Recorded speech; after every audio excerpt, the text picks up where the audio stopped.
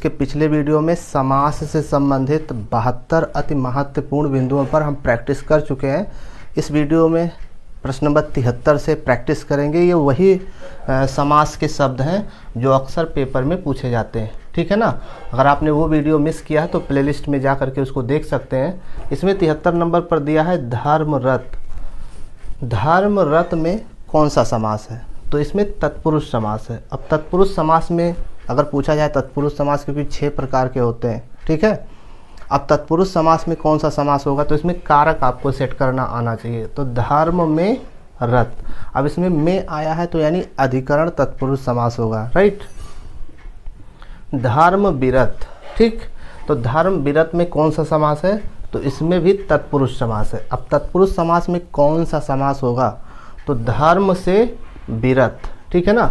तो धर्म से विरत जो हो जाएगा ये आपका अपादान तत्पुरुष समास होगा, राइट। अगला देखिएगा अंधकूप। अंधकूप में कौन सा समास है? तो इसमें कर्मधारय समास होगा, ठीक है। जिसका पहला पद विशेषण हो, दूसरा पद विशेष हो, या पहला पद उपमान हो, दूसरा पद उपमेय हो, से कर्मधारय समास कहते हैं। अगर समास को आप विस्तृत पढ़ना चाहते हैं तो प्लेलिस्ट में बनी है, आप उसको जा करके हिंदी वहाँ से वर्णमाला से लेके छंद तक और हिंदी साहित्य के महत्वपूर्ण प्रश्न आप वहाँ से पढ़ सकते हो, देख सकते हैं। इसमें केवल महत्वपूर्ण बिंदुओं पर हम प्रैक्टिस कर रहे हैं। जैसे लिखा हुआ पकौड़ी। पकौड़ी में कौन सा समास? तो पकौड़ी में अलुक समास है। अब ये अलुक समास किस में आता है? ये आपका तत्पुरुष समास के अंतर्गत ही आता है, राइट। दही वड़ा, ठीक है। अब दही वड़ा में कौन सा समास है? दही में डूबा हुआ वड़ा, ये अधिकरण तत्पुरुष समास के अंतर्गत आएगा, राइट। इसे लिखा हुआ महासागर। महासागर में कौन सा समास है? तो इसका सही जवाब हो जाएगा कर्मधारय समास है, क्योंकि महा है जो सागर, महा मतलब विशेषण हो जाएगा, सागर विशेष हो जाएगा। राम कृष्ण, राम और कृष्ण ये द्वंद्व समास में आएगा जिसका दोनों पद संज्ञा हो। षड ऋतु ये द्विगु समास होगा, क्योंकि ये पहला पद संख्या दूसरा पद संज्ञा है तो द्विगु समास होगा। अंशुमाली, अंशुमाली, अंशुमाली का तीसरा अर्थ होता है सूरज, तो यहाँ पर हो जाएगा आपका बहुब्री समास। बहुब्री समास उसे कहते हैं जिसमें दोनों पद मिल करके तीसरा अर्थ प्रकट करते हैं, राइट। जैसे दशानन अर्थात रावण, ठीक है।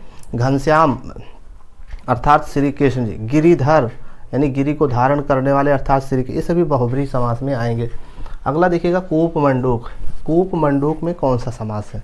बताएं। कूपमंडूक में कौन सा समास है? तो इसमें भी बहुब्री समास होगा, क्योंकि कूपमंडूक का अर्थ होता है सीमित ज्ञान, ठीक है। बैलगाड़ी, बैलगाड़ी में कौन सा समास होगा? तो बैलगाड़ी में तत्पुरुष समास होगा। उसके अंदर पूछा जाए तो बैल का गाड़ी, ठीक है ना, ये आ जाएगा संबंध तत्पुरुष समास में। निर्विवाद लिखा हुआ, निर्विवाद में कौन सा समास होगा? बताएं। तो निर्विवाद में अव्ययी भाव समास होगा, राइट। जिसका पहला पद अव्यय हो, यथाशक्ति, भरपेट, यथासंभव, प्रतिदिन, प्रत्येक, ये सभी अव्ययी भाव समास में आएंगे। नवरत्न, ठीक है, साफ साफ दिख रहा होगा, ये द्विगु समास में आएगा। जिसका पहला पद संख्या हो दूसरा पद संज्ञा हो उसे द्विगु समास कहते हैं। दाल और रोटी, क्लियर हो गया होगा। दाल और रोटी, इसमें कौन सा समास होगा? इसमें द्वंद्व समास हो जाएगा। चर्म रोग, चर्म का क्या होगा? रोग, इसमें संबंध तत्पुरुष समास होगा। लखपति, ठीक है ना, लाख का पति या लाखों का पति, ये भी आपका आ जाएगा संबंध तत्पुरुष समास। मुंह तोड़, मुंह को तोड़ने वाला, है ना। अब को है तो तत्पुरुष समास में क्या होगा? कर्म तत्पुरुष समास होगा। बखूबी, बखूबी में कौन सा समास है? खूबी मूल शब्द हो गया, बा उपसर्ग लगा है, इसका साफ साफ अर्थ निकल रहा है कि ये अव्ययी भाव समास में आएगा। आप भी गेस करते रहिए। यावास जीवन, यावास जीवन में कौन सा समास छिपा हुआ है? तो इसमें अव्ययी भाव समास छिपा हुआ, राइट। यावास जीवन में। कृष्णार्पण, ठीक, कृष्णार्पण आप 92 नंबर पर देख रहे होंगे। कृष्णार्पण में कौन सा समास है? तो कृष्ण के लिए अर्पण, इसमें संप्रदान तत्पुरुष समास है, राइट। चलिए, जलावृत, जल से आवृत, अब से लगा हुआ है तो तत्पुरुष समास है। अब तत्पुरुष समास में कौन सा समास होगा? ठीक है, जला से आवृत, तो ये हो जाएगा करण तत्पुरुष समास, राइट। नीलांबर, पता है नीलांबर में कौन सा समास है? नीलांबर में बहुब्री ही समास होगा। नीलांबर अर्थात बलराम, राइट, तीसरा अर्थ निकल रहा है।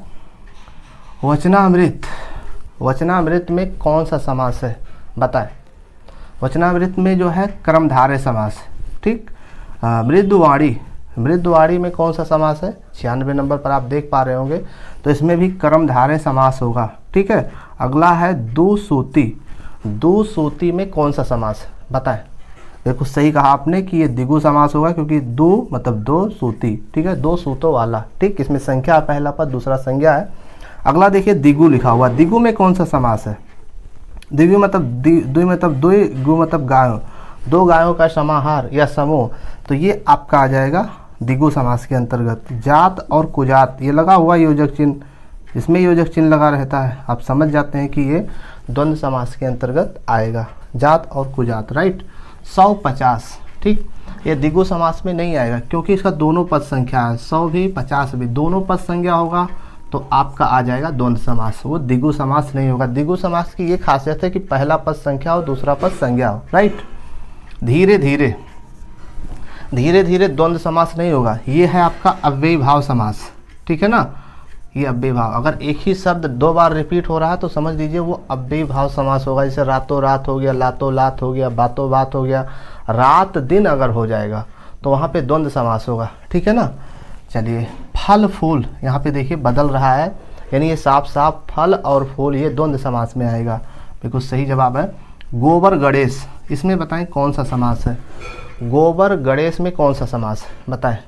गोबर से गणेश, ये अलूक समास होगा या तत्पुरुष समास के अंतर्गत आएगा, राइट।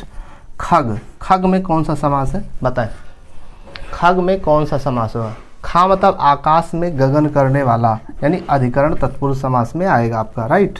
खेचर में कौन सा समास है। खेचर, जी, खे मतलब आकाश और चर मतलब विचरना, आकाश में विचरने, तो ये भी अधिकरण तत्पुरुष समास में आएगा। पदांश, पद्यांश में कौन सा समास होगा बताएं। पद्यांश में हो जाएगा पद का अंश। अब आप समझ गए होंगे तत्पुरुष समास के अंतर्गत संबंध तत्पुरुष समास, इसमें हम प्रैक्टिस कर रहे हैं, आप भी प्रैक्टिस करते रहिए। प्रेमोपासक, प्रेम का उपासक, साफ साफ दिख रहा होगा, प्रेम का उपासक यानी संबंध तत्पुरुष समास में ये भी आएगा। अभ्यास करते रहिए, क्योंकि अभ्यास ना करने की वजह से पेपर में गलतियाँ होती है, ठीक है, तो आप अभ्यास करते रहिए। नेक्स्ट देखिएगा प्रत्याशा, प्रत्याशा का अर्थ होगा आशा के बदले आशा, तो प्रत्याशा अव्ययी भाव समास होगा, ठीक है।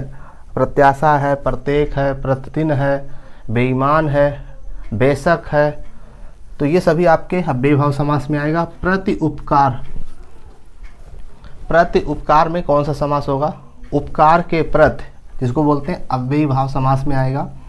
पल पल, एक ही शब्द रिपीट हुआ है, अब आप अंदाज़ा लगा सकते हैं, ये भी आपका पल पल मतलब हर पल इसका अर्थ हो जाएगा, तो ये हो जाएगा अव्ययी भाव समास। बुद्धिहीन, बुद्धि से हीन, ये आपका साक्षात अपादान तत्पुरुष समास होगा, ठीक है ना। बुद्धि युक्त होता तो करण तत्पुरुष हो जाता, बुद्धिहीन है, बुद्धि से हीन होगा, तो ये हो जाएगा आपका अपादान तत्पुरुष समास। इसके अलावा देखिए शस्त्र प्रवीण, शास्त्र प्रवीण में कौन सा समास है, तो शास्त्र में प्रवीण, राइट, ये हो जाएगा अधिकरण तत्पुरुष समास।